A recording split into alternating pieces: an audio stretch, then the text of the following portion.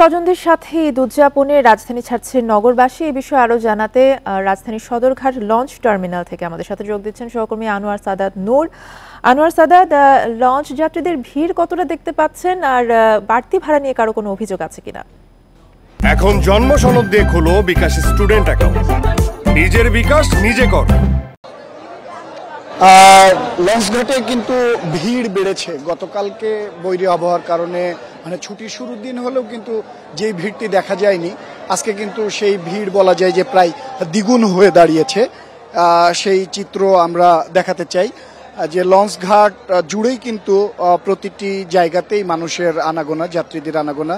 আসলে দক্ষিণাঞ্চলের যাত্রীদের যাতায়াতের কিন্তু একটি অন্যতম মাধ্যম এই লঞ্চ, এবং এই লঞ্চঘাটকে কেন্দ্র করে কিন্তু ঈদের সময় এই চিত্রটি ফুটে ওঠে দেখা যায়। যদিও পদ্মা সেতু হওয়ার পর থেকে লঞ্চের আবেদন কিছুটা কমেছে, তবে ঈদের সময় কিন্তু সেই আবেদন আবার ফিরে আসে, এমনটা জানাচ্ছিলেন যে লঞ্চ সংশ্লিষ্ট যারা আছেন সুপারভাইজার বা কাউন্টার মাস্টার, তারা বলছিলেন যে সারা বছরই প্রায় লঞ্চ ফাঁকা যায়, কিন্তু এই ঈদের সময়টাতে তাদের যাত্রী থাকে এবং এই ব্যবসাটা হয়। যদিও তারা কিছুটা আশাহত হয়ে বলছেন যে তাদের যা কাঙ্ক্ষিত যাত্রী হওয়ার কথা, তারা যেটা আশা করেছিলেন সেই যাত্রী এখনো হয়নি। তারা আশা করছেন যে কালকে যখন পূর্ণদমে সব অফিস আদালত ছুটি হয়ে যাবে, হয়তো কালকে নাগাদ গিয়ে একটা বড় ধরনের জনসমাগম তৈরি হবে লঞ্চকে কেন্দ্র করে।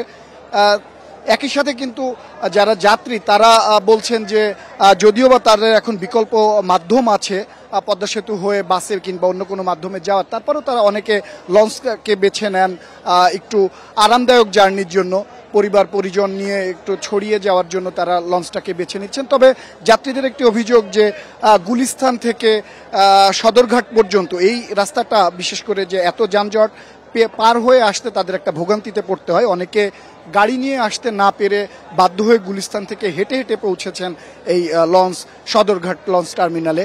আবার অনেকে যারা দূর থেকে আসছেন মিরপুর থেকে বা তারও কাছে দূর থেকে, তারা বলছেন যে তারা কিছুটা পরিবহন সংকটের মুখোমুখি হতে হয়েছে, যে পর্যাপ্ত বাস পাওয়া যাচ্ছে না। যে পরিমাণ যাত্রী বা মানুষ রাস্তায় অপেক্ষা করছে গাড়ির জন্য, সেই পরিমাণ যাত্রী বা বাস কিন্তু তারা মানে না পেয়ে বাধ্য হয়ে ঝুলাঝুলি করে আসতে বাধ্য হচ্ছেন।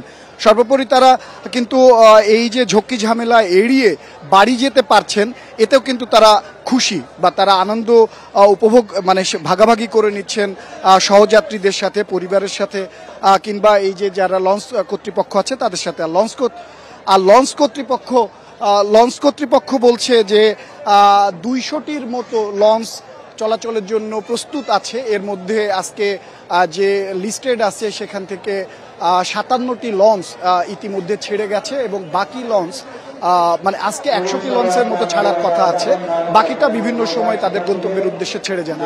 এবং যাত্রা নির্বিঘ্ন করতে সব ধরনের প্রস্তুতি এবং আইন শৃঙ্খলা বাহিনী যথেষ্ট তৎপর আছে বলেও আমরা দেখেছি।